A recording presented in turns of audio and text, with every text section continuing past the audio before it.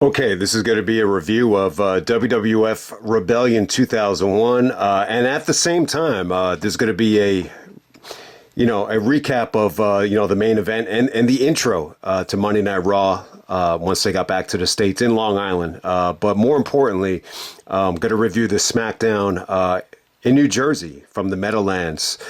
That was actually the first WWE show I ever went to. Actually featuring, what was the first time a lot of people got to see Brock Lesnar, and obviously Austin had a lot to do on the microphone on that SmackDown as well. So yeah, I think it's pretty cool. I always wanted to go back and, even though it's not a great show, it's definitely not worth watching from a wrestling standpoint. It's the first WWF show I ever went to, so definitely wanted to touch on it. And what I didn't realize at the time is that it's coinciding with a UK pay-per-view, so it never really hit me until years after that. No wonder the show kind of sucked. They're coming back from overseas. Not exactly a plane ride from hell, but, give them a lot of credit, to get back out there and go on television, right after, coming back from the United Kingdom, which is not easy. So Rebellion 2001, I would definitely say this is the best, Rebellion I think they had ever done. And maybe the best pay-per-view overseas. I actually think it's pretty good.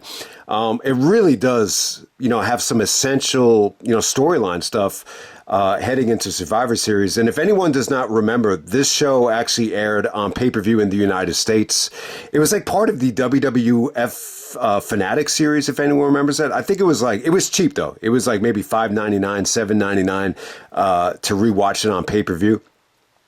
So I do remember that. And then it actually came out on DVD in the United States. I remember when I bought the DVD, this was like a little bit later in 2004, and the clerk actually says to me, "Oh man, you're buying a wrestling DVD?"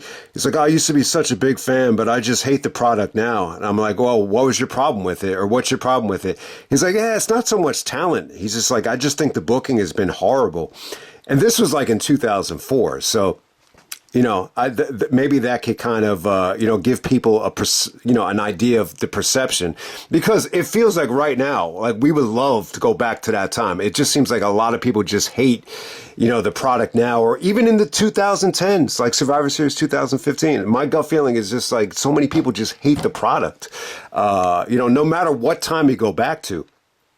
So, that's what kind of, sticks out about this show. But hey, man, we'll go all the way back to November 3rd, 2001. This is from Manchester, England. It actually aired on pay-per-view in the Sky box office. So, if you were in the UK, you actually got to see this.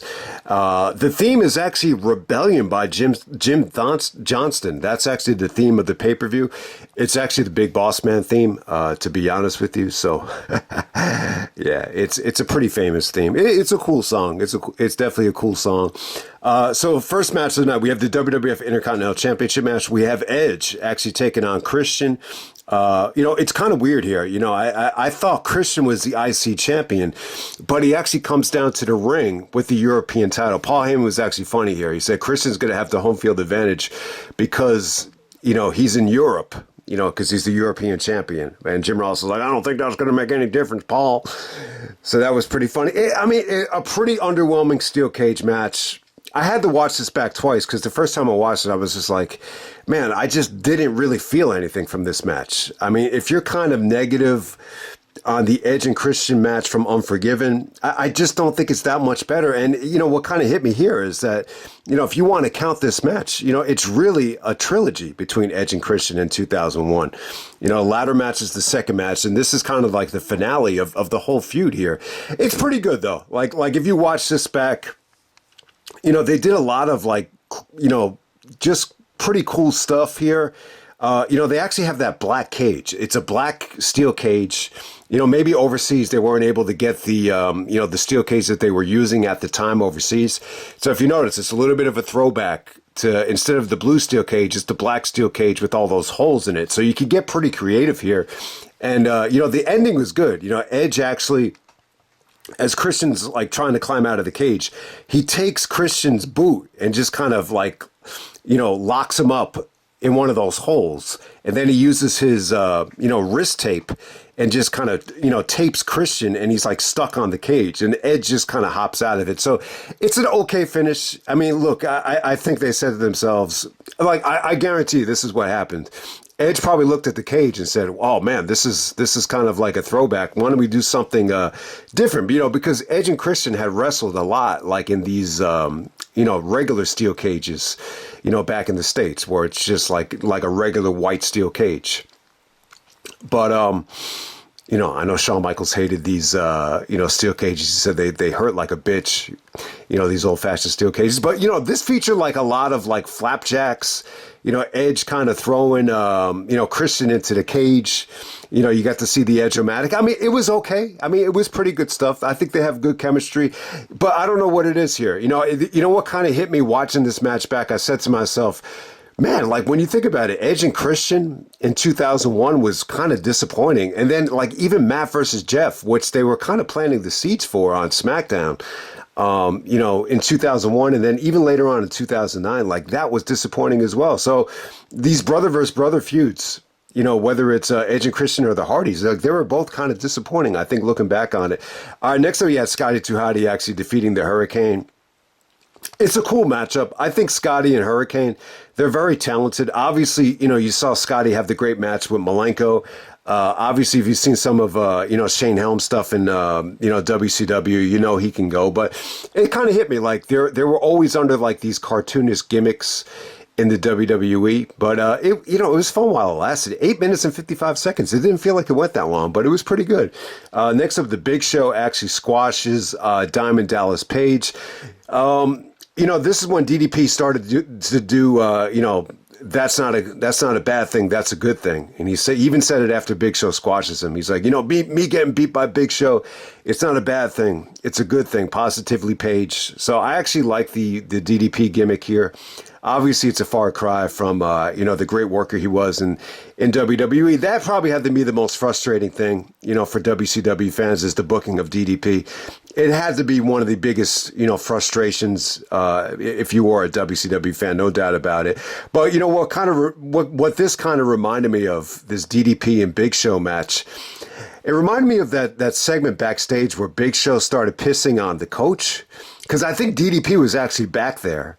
And I think DDP might have said to the coach, the fact that you got pissed on, that's not a bad thing. That's a good thing.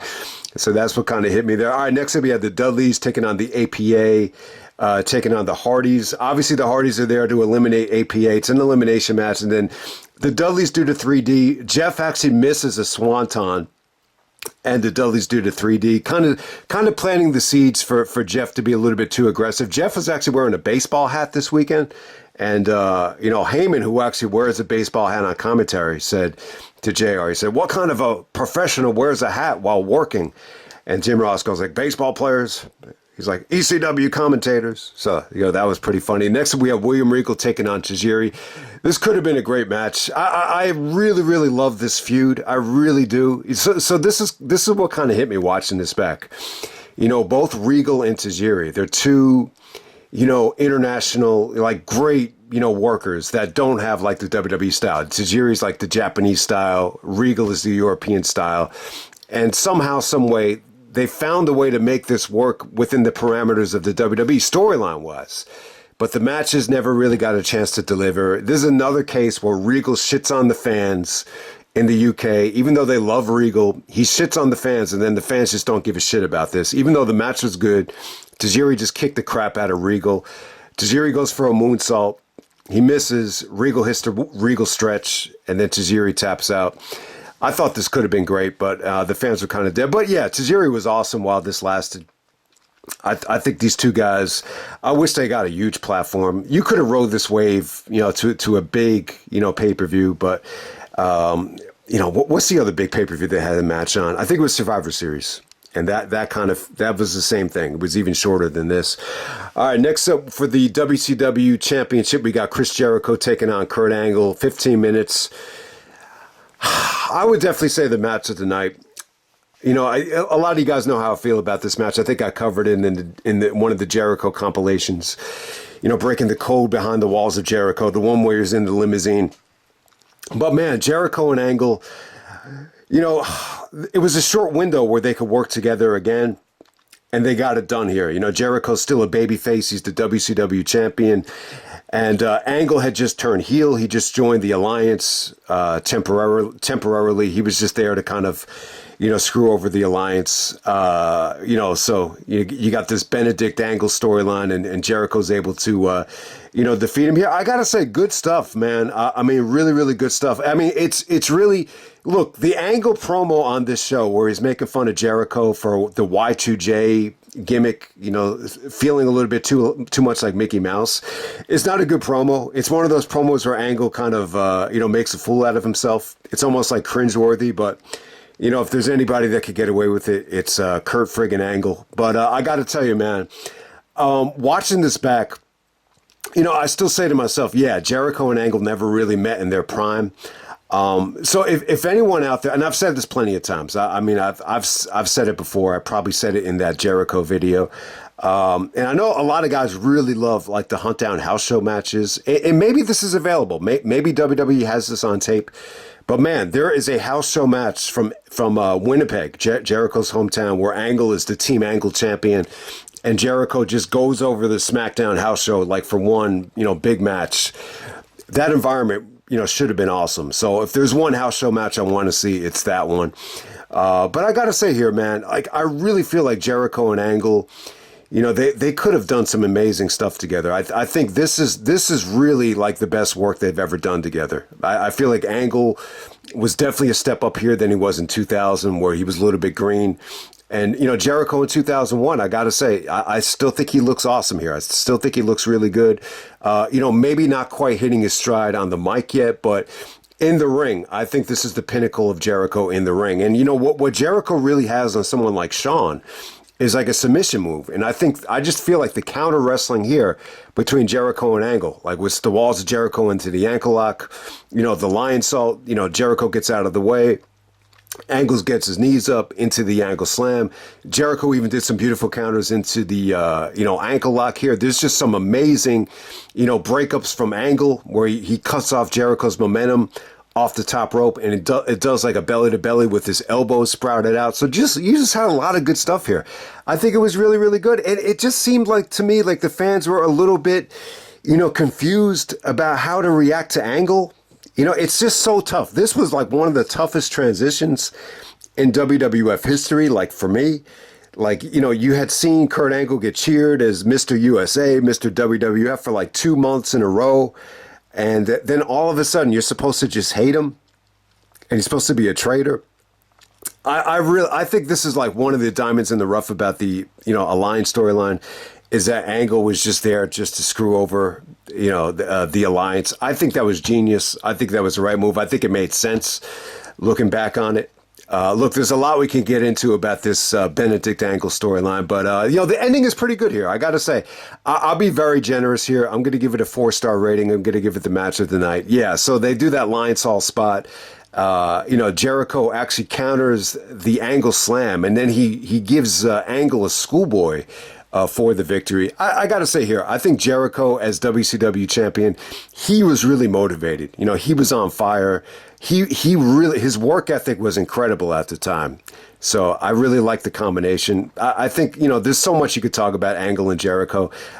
It's actually Angle's pick for the greatest of all time, believe it or not. You know, one of the many greatest of all time, according to Kurt Angle.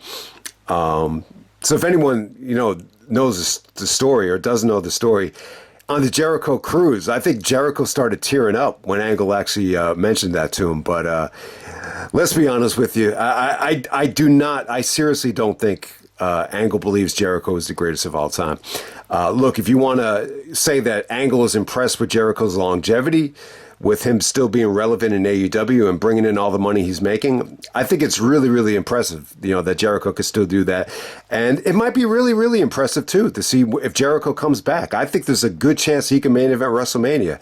I really think he could. I mean, that might sound crazy. I think if Jericho just gets in shape with the way the WWE is right now, which is hyping up returns, I feel like it's a possibility. So I just wanted to mention that.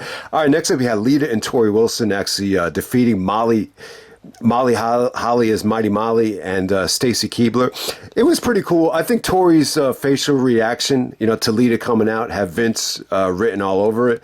But it was good stuff. Torrie looked in amazing shape, and the hot tag to Lita was fun. Trish is actually a special guest referee. And so there we go with that. Next up, we got Stone Cold taking on The Rock for the WWF title. This is the rematch to WrestleMania 17. And look, I would say this. It's probably a little bit more similar like the WrestleMania 19 match in terms of the fooling around. There's two different ways of looking at it. At times, it definitely felt like a house show match. Like with Austin, just doing a lot of improvising, a lot of chopping, a lot of middle fingers, and then Rock does the middle fingers back. Austin's giving the middle finger to the crowd a million times. Earl Hebner's the referee. I don't know if it's because it's November and they're close to Survivor Series. There's a lot of finger gesturing between Austin and Earl Hebner. Earl actually gets knocked down. Austin puts the sharpshooter in the Rock, which looks horrible.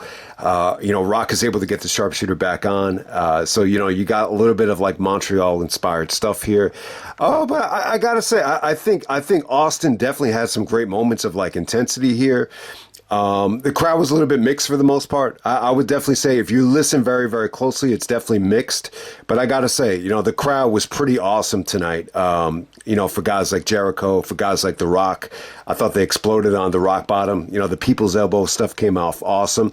But I got to say, what really made this match interesting for me was like how well it built up, Survivor Series with like the dissension between, Rock and Jericho and, Angle proving that, he's on Austin's side. And I thought all that stuff came out really good here. So, there's actually some good backstage segments on this show, with Angle, Austin, and Shane. And, Vince is giving Jericho and Rock a pep talk.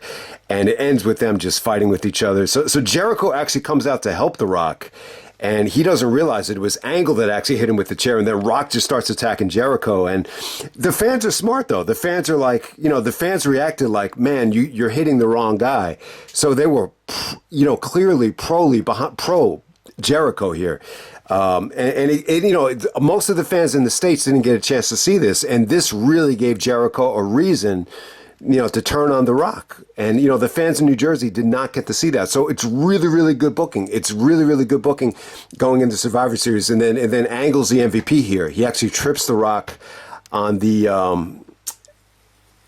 want to say it's the people's elbow. And then Austin hits the stunner to get the victory. But I got to say, the fans exploded on the rock bottom.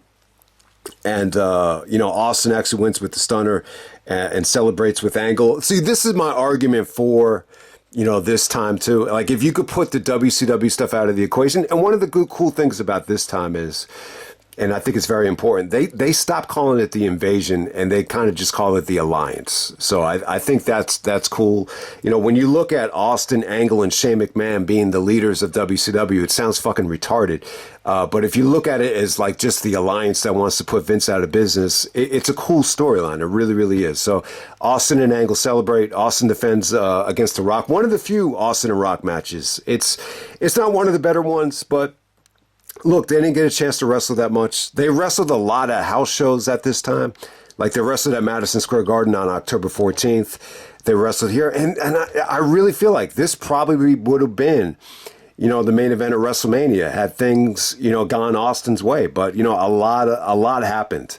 They definitely called an audible. I don't think it was the plan to turn Austin babyface so quickly after this. And when you watch this weekend back, it doesn't really feel like Austin is in a position where, he's about to turn babyface. He feels like a full-blown heel, like he really, really does. So, but yeah, I like this double main event between Jericho. It's not technically a double main event because of the Divas match, but Jericho and Angle, Austin Rock, I think it's a solid double main event. I really, really think it is. The rest of the card definitely felt like, house show worthy. I think Edge and Christian's okay. I mean, look, it's a little bit disappointing, but it's definitely the third best match on the show, no doubt about it.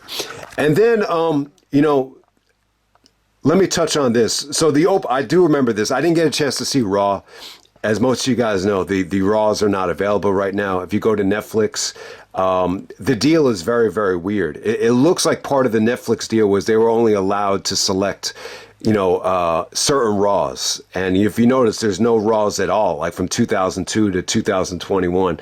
They have a little bit of Raws from 2001. The November Raw after Rebellion is not one of them.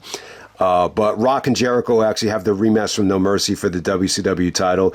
The match is good. The crowd is kind of dead for it. But even before you get to that, I wanted to mention, they start off the show with Austin and Vince. I don't know. Maybe people think this is a awful segment. It's a little bit weird. Vince comes out, and this is kind of a,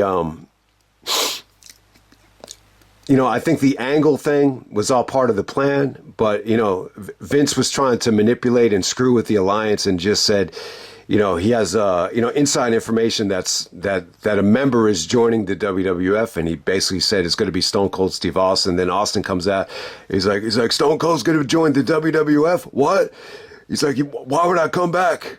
And Vince is like just kind of laughing at it after Austin gives him the stunner. So it was pretty cool. It kind of got you ready for the Austin babyface turn, when it did happen. But, you get this great, Jericho and Rock match, which is really, really good. I think they went above and beyond to get this done. There's a couple of things working against this match. Definitely not as good as some of the pay-per-view matches. It's funny. Rock won both matches on TV. He won the Raw match here and then the one on Smackdown, before he went to film the Scorpion King. But it's clearly not as good as the pay-per-view matches. I think that the crowd was kind of dead here. And, this is the same place where Rock got booed at SummerSlam 2002, Nassau Coliseum in Long Island. So, you could definitely feel that. He didn't get booed. I just think the crowd was kind of dead. There were a little bit of Rocky sucks chants. Rock actually does win the belt back. And, but one of the other things that kind of hurt it, though, is... you could clearly see here there was some communication issues. I don't know if this had to do with fatigue, maybe not enough time to communicate. Jericho was clearly like shouting at the Rock, and he's like trying to use his hand so it echoes. And it's like, man, looking back on it, that's like one of the worst things you could do when you're trying to communicate. Like if you look at the way Shawn tries to do it, it's probably a better approach. It's hard to describe, the way Shawn would do it. You could definitely notice that in the Benoit match on Raw if you want to check that out. But yeah, there just seemed to be like some communication issues, and I think the crowd was kind of, cold towards the match. But it was definitely good, though. Rock actually got busted open here. He takes the breakdown, which is actually the skull-crushing finale, through the table. Rock actually does Blade here. And, during the Walls of Jericho, Rock is like juicing from the head. Very, very similar to Austin at WrestleMania 13. So, that was pretty cool. I definitely think, if you look at Jericho here, he worked his ass off. Like, he really tried to make this special. I think at the time, my gut feeling is that this format of shows, whether it's UK pay-per-views, television, I really feel like Rock was feeling it at the time in terms of just things not feeling special for him. It's just really, really funny to see Rock on the roster full time and for these just to feel very routine. And this is just proof of that. The crowd was just not into the match, the way they normally would be for a Rock and Jericho match. And, finish, Rock is able to, counter the Walls of Jericho while he's all bloody and get the small package. After the match is over, Jericho just snaps on the Rock.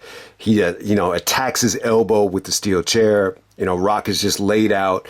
Jericho just is kind of a sore loser about it. But if you see the way, Rock treated Jericho in the UK, in Manchester, at Rebellion, it made total sense. But, the fans... didn't know. They didn't know it. That's why Jericho got such a heel reaction in New Jersey. But we're going to move on to SmackDown now. Okay, we're moving on to SmackDown. This is SmackDown 117 to be exact. So this was actually taped on November 6th, which is 2001, and it actually aired on November 8th, 2001. So today, if you see the video today, it's the 24th anniversary.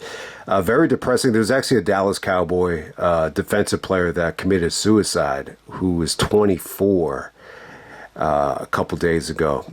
So, it's kind of depressing, man, that you could be born in 2001 and, already be, in pro sports. Today it's really, really, really crazy. But this was from East Rutherford, New Jersey, Continental Airlines Arena. This is where the New Jersey Nets and the Devils used to play. We got about 10,000 in attendance, which seems kind of low. I mean, you could fit a lot of people in this arena. You know, there's been times where they did about 20,000, so they got about 10,000.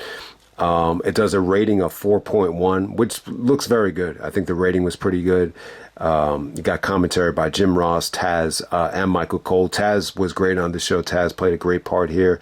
All right, so look, couple things. Before the show even starts, there's a huge RVD chant before the show even starts. There's a lot of editing here. You know, during Austin's promo, there was a big RVD chant that went on for like, 5 minutes, and none of that stuff ended up making air. So I wanted to point that out. So I could definitely remember that. Before we get going, though, onto the main show, if anyone does not realize this, Brock Lesnar was actually, he did wrestle on the show. He wrestled Tommy Dreamer, and, my dad obviously remembers it. He told me, like, that was the guy he was most impressed with. He said he never seen anybody look like Brock or have that kind of physique that Brock had, or he'd never seen anyone built like that. So obviously Brock looked like $1 million here, and it's funny, Brock is on the show and Austin is the champion. So we're a ways away. We're kind of slowly building up to the time when Austin walks out of the company. When Brock was going to go over him with the whole next big thing being pretty damn lame comment. You remember that? So, a lot had to do with Austin walking out, but, it's kind of funny, that Brock is on this show. But it's really, I think, since I'm on the subject, I think one of the things that is fascinating about, this time, and, I was there live. So I remember how, this was really the transforming of what, the what stuff at the time, it felt very, very heelish. But I think, this is the show where it finally felt like it was making the transition, to being something that could become like a babyface catchphrase. So it's funny how, obviously it got even bigger after this. It reached this pinnacle. The weekend Triple H came back at Madison Square Garden when they're chanting "What" during the national anthem. That's where I think it reached a point where, holy shit, like this "What" thing is like the biggest thing in the WWE right now. But you say to yourself, how come Austin didn't really cash in on the "What" stuff? It's really, really funny. I mean, you would think, that he really reinvented himself to the point where he should be able to main event WrestleMania. But still, it's not enough to, trump Triple H's big return. It's still not enough to, surpass the star power of, The Rock to get that spot with Hogan. I'm sure Austin probably could have, if he really wanted it, he probably could have had it. But still, it's just kind of funny. I never really thought about it that much, but, for as successful as the What stuff was, it's not like it propelled Austin, back to the main event of WrestleMania. Without a doubt. So that's kind of funny looking back on it. Our first match of the night on the main show, you had the Dudleys actually going over the APA. Test actually defeats Matt Hardy. They're doing a storyline here where Matt actually turns down tagging up with Lita to challenge Test for the IC champion, and he's a little bit overzealous here. Test beats him in like 3 minutes, and then he still wants to team up with Lita, but Lita actually decides to team up with Jeff. So you're seeing a little bit of jealousy between Matt and Jeff and the whole Lita situation. We actually have Austin.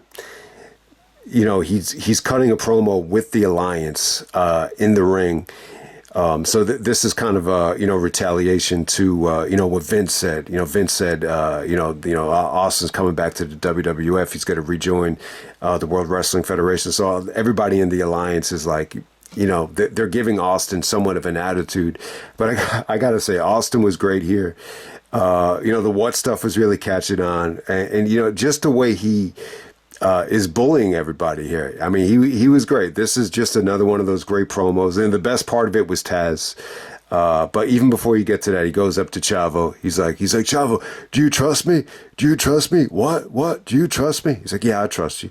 Then he goes up to you, Morris. He's like, you're going to be picking boogers while Stone Cold's in the ring?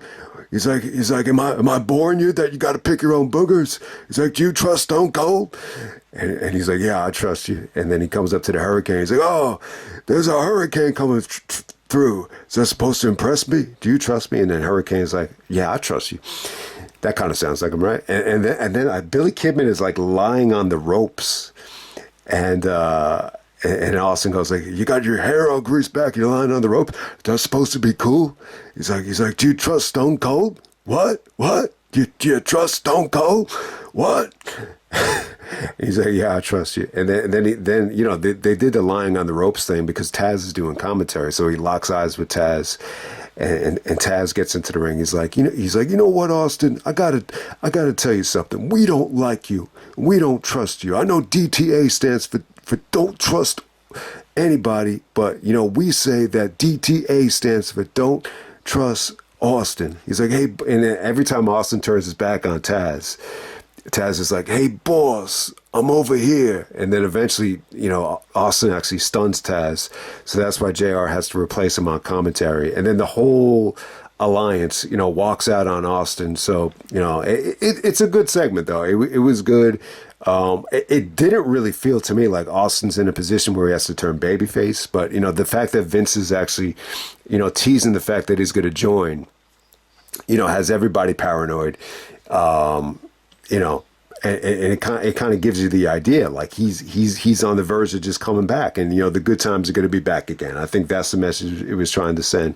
But it's a really, really good show, man. Like in terms of like the storyline stuff. So from a wrestling standpoint, it's a horrible show. It felt like, you know, people just traveled to watch a show on television because most of the shit that aired tonight was like backstage vignettes. So that's how it really, really came off. But I got to say, the Austin stuff backstage was good.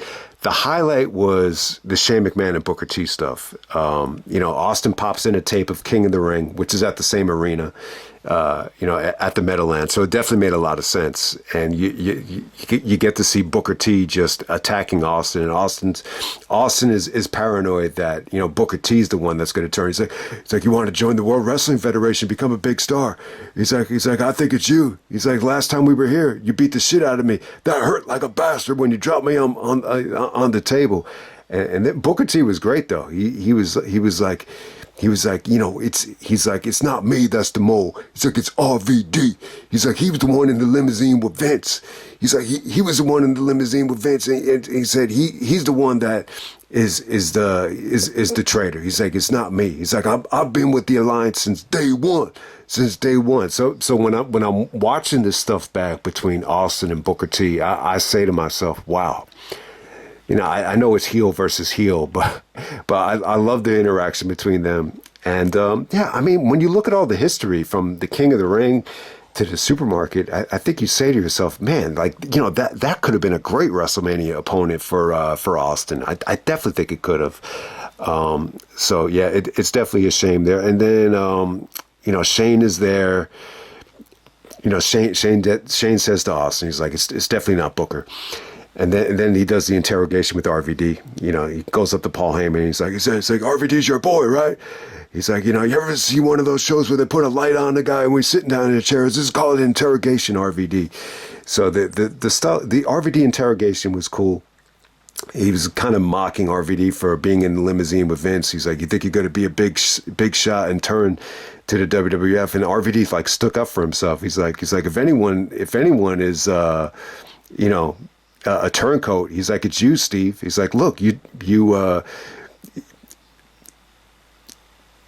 turned on the fans at WrestleMania. You sided with Vince at WrestleMania, and then all of a sudden on Invasion, then you turned on him. It's like you keep on flip flopping. He's like, what's that all about?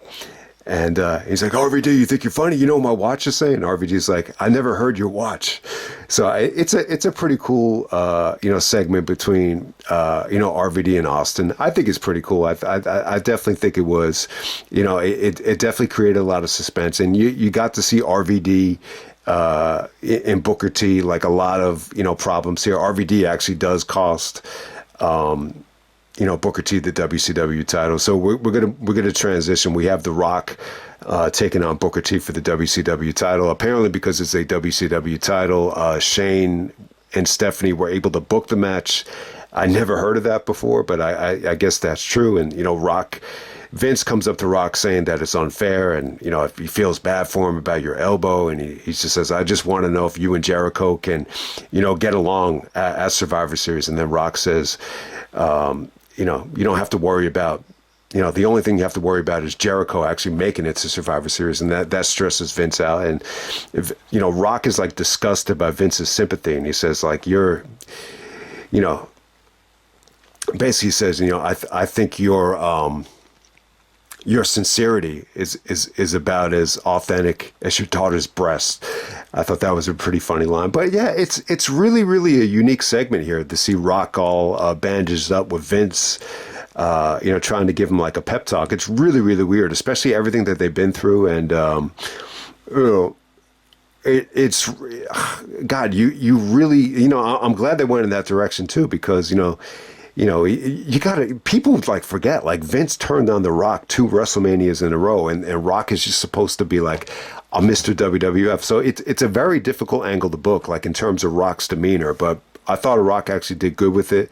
It definitely felt like the monotony is starting to set in with, show after show, at this point. So, he wrestles Booker T. The match is going okay. I just remember being there live, like Rock's pop, was incredible. Like I even turned to my brother and I said, wow, like I never really heard a pop like that live before. So, looking back on it, it's probably not that big of a deal. The match ends in a DQ. Jericho attacks The Rock, which he got a heel reaction. Like I felt like I was the only one out there cheering Y2J. And then RVD comes out of nowhere. RVD actually super kicks The Rock, believe it or not. But then he hits, Booker T with the frog splash. I just remember the reaction for RVD coming out was huge. I remember jumping out of my seat and saying, get him, Rob, get him, Rob. So that was pretty funny. And then, this ends with Rock actually rock bottoming RVD.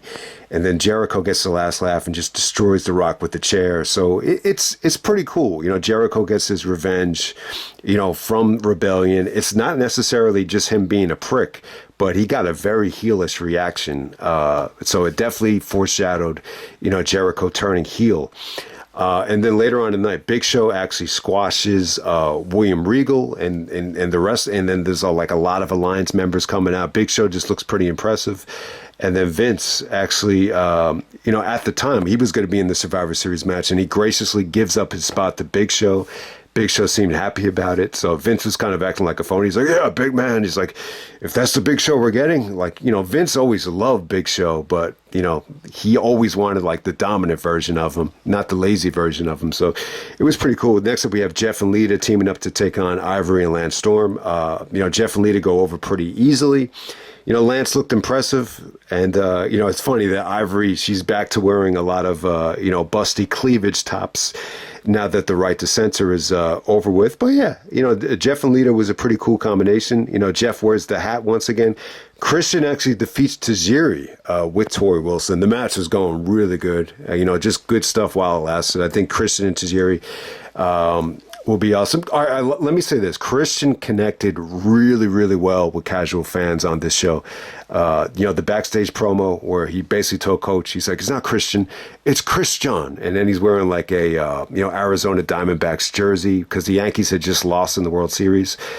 So he basically said that, the fans in New Jersey are gonna get a championship jersey. So he's wearing the Diamondbacks shirt. So there's a lot of "Let's Go Yankee" chants. There's a lot of Yankee fans in New Jersey, believe it or not. But yeah, definitely good stuff. I think, like I said, I think Christian, cut a good promo there, and the theme song, really, really, worked in terms of connecting with the fans because he kind of got them ready for it, by the way he used it. But, that Christian theme was a little bit corny, but, at the time, I think it was cool.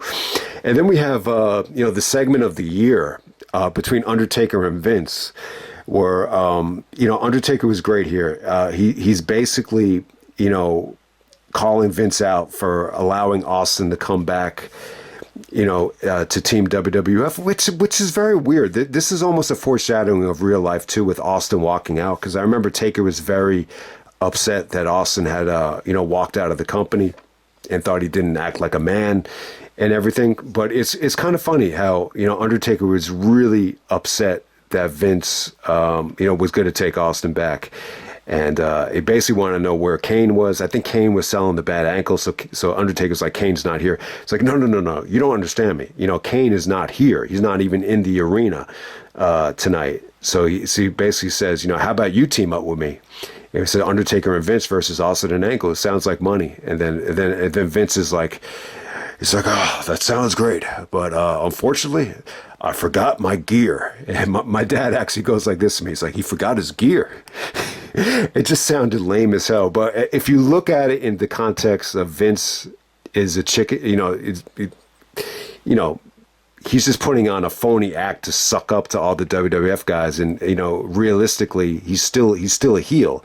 So that's why he doesn't take the match. So it's going to be Undertaker versus Angle and Austin. And Vince is like, I think you better find another tag team partner. And then Undertaker's like, he's like, no, I think it's Angle and Austin that need to find more partners. So it was pretty cool. It was a cool promo from Taker. It kind of sets up that whole, kiss my ass club, believe it or not. If you really look into the promo deeply, it definitely does that. And then there's another segment here with Austin yelling at Stephanie. Stephanie was like very, very humble and very, very pretty on this show. I got to say that. I think she looked cute as hell. But for some reason, she was very toned down tonight. Austin was very disrespectful towards her. Basically said to Angle, he's like, what were you warming up with Steph? And then Stephanie was upset by it. So they're showing like the whole alliance is pissed off at Austin on this night. So Angle is sucking up to Austin, and he's wearing a Austin 316 baseball hat. So it's pretty funny. And before they even start the match here, Austin and Angle, before they even get to the ring, I guess they're both scared of Undertaker. So so Austin kind of, baits Angle into, running in together. And then as Angle's running into the ring, Austin just stays out on the outside, and Angle's like upset about it. So it's pretty funny. I gotta say, so yeah, like, listen, the argument for this time is Angle, Austin, and Shane, they're really, really good friends, all three of them. And they did some funny shit. Like a lot of this stuff, I just find extremely funny. I find it like really, really, really funny. So this handicap match, it's not that good. It's really not worth checking out. Taker busts his ass here.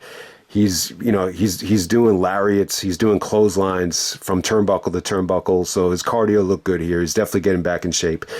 Even though he has the long hair at the time, it's still the American Badass version of the Undertaker here. Austin's knee brace started coming off here, if anybody noticed that. So it definitely had some good moments. I mean, look, I think you say to yourself here, it's a little bit weird. Taker ends up schoolboying Austin to get the victory in about 7 minutes. It's all about just, showcasing, the DTA stuff from Austin. Like, that's really it. I mean, I didn't think the ending came off great here. Taker does win the match, but this pretty much ends with them beating up on Taker. Taker takes a horrible stunner. I never thought Taker was great at selling the stunner. I just think he's too tall. Angle takes the stunner. Angle's trying to celebrate, and all of a sudden Austin gives him a stunner. For whatever reason, it didn't look like, they connected, well with it. So it didn't come off good, like in terms of crowd reaction. And someone told Austin, come back out and just celebrate with beer in front of the camera, because we need the show to end a little bit better. So that's how it kind of came off here. But yeah, I mean, it's really, this was just really all about, just teasing the fact that Austin is coming back over. And I think at the time, this whole, Kurt Angle going over, it's just a way to kind of hide it, because it probably seemed a little bit too obvious. So it's pretty good booking when you think about it from that standpoint. You put all the pressure on Austin, potentially turning, so you could keep the pressure off of Angle, just being a mole. And obviously Angle was just there, to screw with the alliance, which was, very, very well planned out. So I think it's a good storyline. If you take the WCW factor out of the equation, it's definitely not a bad storyline. But look, I do not think this is a great SmackDown from a wrestling standpoint.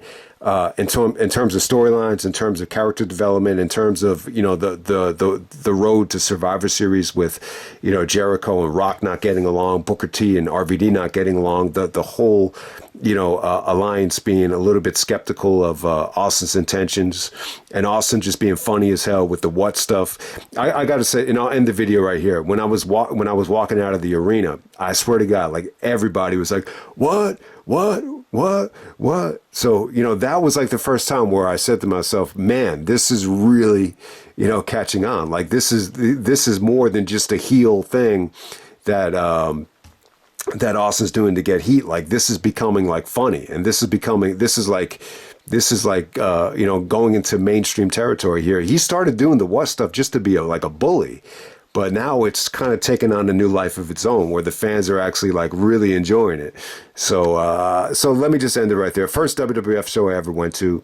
I know this review, it's probably not going to be for everybody. It's a lot of storyline stuff. There's a lot of haters out there for that hate the invasion. There's a lot of people that really hate this time. Like they really, really do.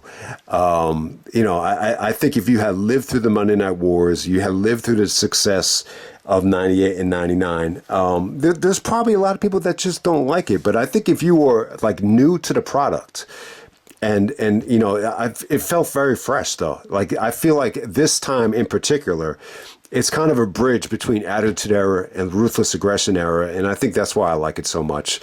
And yeah, man, I mean, I think they probably could have done a better job of, explaining, this whole Survivor Series, the winner take all thing. I think, it's very important as well to, dwell on the fact that, it's why is it an important match? Because, if you don't win, if you don't have a championship and you don't win, the careers are going to be on the line. So, but I got to give them credit. I think they did a pretty good job of riding that point home with the fans and with everybody that, they're going to be out of business, they're going to be without a job. Even though looking back on it, it's a little bit silly. It's a little bit unrealistic to think that they're going to end up firing, a top level talent like a Booker T. But, they were able to do some pretty creative things with it, to be honest with you. But, yeah, that's the end of this great weekend from the WWE. I got to say, it's I could see this definitely being a polarizing weekend for the company. I would definitely say the Raw and SmackDown tapings. I could definitely sense that it was a lot of the fans were definitely taking the product for granted at the time. But you got to say to yourself too, and I'll end the video like this. You got to say to yourself, like, you don't have this kind of talent for that much longer.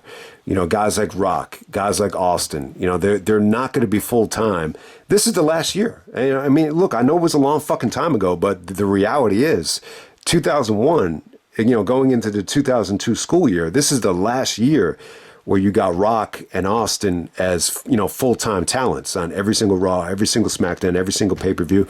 And I just feel like a lot of the people, especially in the States, kind of took it for granted.